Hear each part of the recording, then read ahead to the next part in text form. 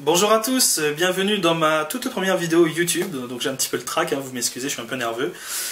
Aujourd'hui je vais la consacrer à un manga donc classé plutôt seinen. Je vais parler de Red Ace Sword. Alors ce qui est étonnant, c'est que le manga qui arrive chez nous, enfin qui est arrivé déjà depuis quelques semaines, voire quelques mois, s'appelle Red Ace Sword, mais l'anime s'appelle Akame ga Kill. Et si ça se trouve au Japon, ils l'appellent plutôt Akame ga Kill que Red Ace Sword. Bref, vous avez tout simplement ce petit nom qui est juste en dessous du titre principal. Alors pourquoi sortir ce nom pour le manga et pour, on va dire, l'anime un autre nom? Peut-être que c'est mon vendeur. Je ne vais pas aller sur ce terrain-là. Donc aujourd'hui je vais vous parler tout simplement du manga en lui-même, très brièvement, parce que je souhaite que vous le découvriez par vous-même, parce que c'est vraiment un manga qui mérite d'être connu et qui mérite surtout d'être lu, pour tous ceux qui aiment bien entendu le genre seinen. J'oserais presque le classer en catégorie shonen, parce que c'est plutôt du combat et tout ça quand même. Mais bon. Donc le personnage central, on pourrait imaginer que c'est cette jolie jeune fille qui n'est autre que Akame. Mais en fait, pas du tout. On est plutôt centré sur l'histoire d'un jeune homme qui va malgré lui devenir un assassin. Ne vous inquiétez pas, je vous explique.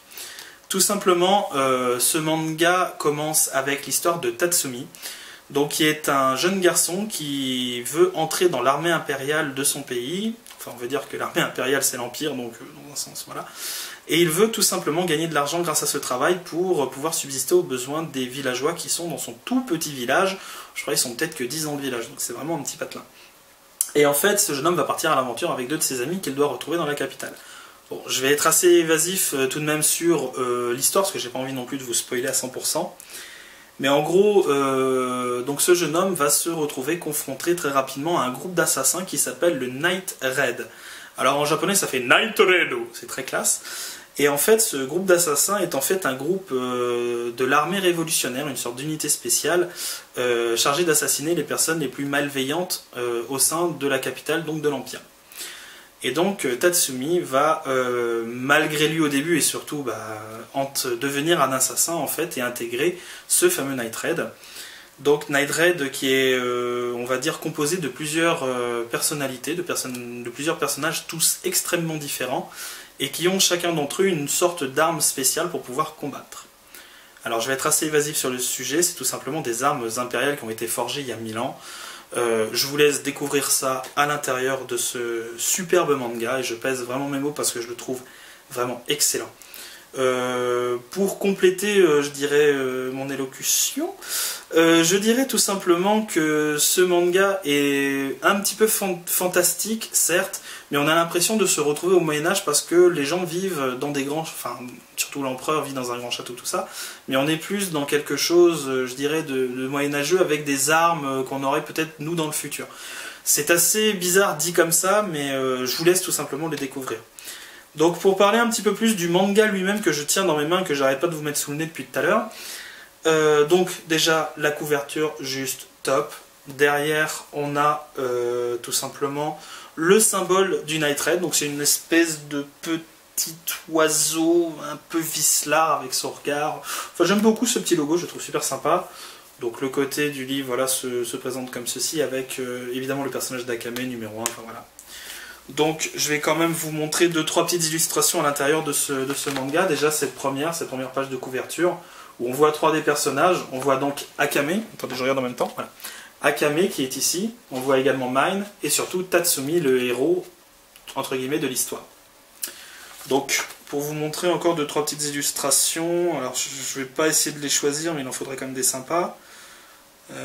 C'est pas évident, ouais non.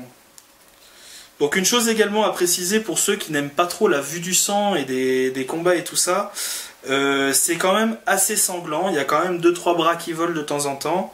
Donc pour vous montrer des illustrations, attendez, je suis désolé, je suis en train d'essayer de trouver une image super sympa à vous montrer. Bon, je vais vous montrer ça, voilà, totalement au hasard.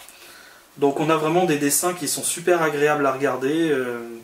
Mais surtout, le plus important dans ce manga, c'est vraiment l'histoire en elle-même qui est juste prenante.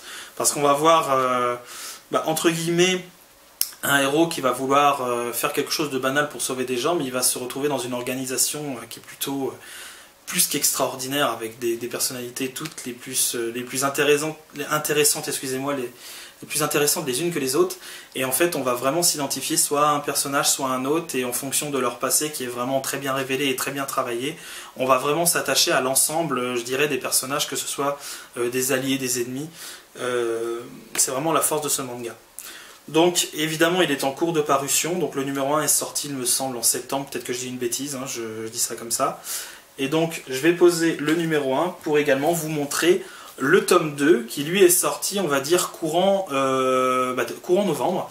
Donc là on a le personnage de Mine représenté sur, je dirais, la couverture du manga, avec derrière évidemment la couleur entre guillemets de Mine qui est le rose, sans blague, avec encore une fois le personnage, le symbole du Night Raid.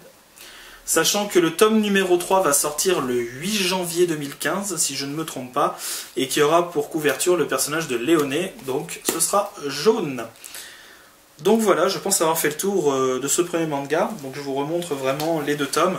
Donc pour ceux qui aiment les seinen, pour ceux qui aiment les combats d'épée, pour ceux qui aiment vraiment tout ce qui est l'aventure avec un grand A, je vous conseille vivement ce manga, n'hésitez pas, lisez vraiment le début, vous allez accrocher tout de suite, franchement c'est super sympa. Je vous présenterai évidemment le tome 3 dès qu'il sortira, dès que je l'aurai lu surtout. Le tome 2 je vais pas y venir parce qu'il se passe énormément de choses, je ne veux pas vous spoiler, mais en gros ça annonce que les héros dans l'avenir auront beaucoup de difficultés. Mais j'ai rien dit. Donc voilà, j'espère que ma toute première vidéo sur YouTube vous a plu, malgré un petit peu le track, je suis un petit peu tendu, mais c'est pas grave. Donc n'hésitez pas à liker cette vidéo si vous avez aimé, de vous abonner à ma chaîne qui ne fera que grossir parce que je parlerai d'un autre manga très prochainement. Si vous avez des suggestions de manga, n'hésitez pas, si vous voulez que j'en parle, que je donne mon avis, il n'y a pas de problème. Et surtout, je vous souhaite une bonne continuation et à bientôt pour une prochaine vidéo. Salut!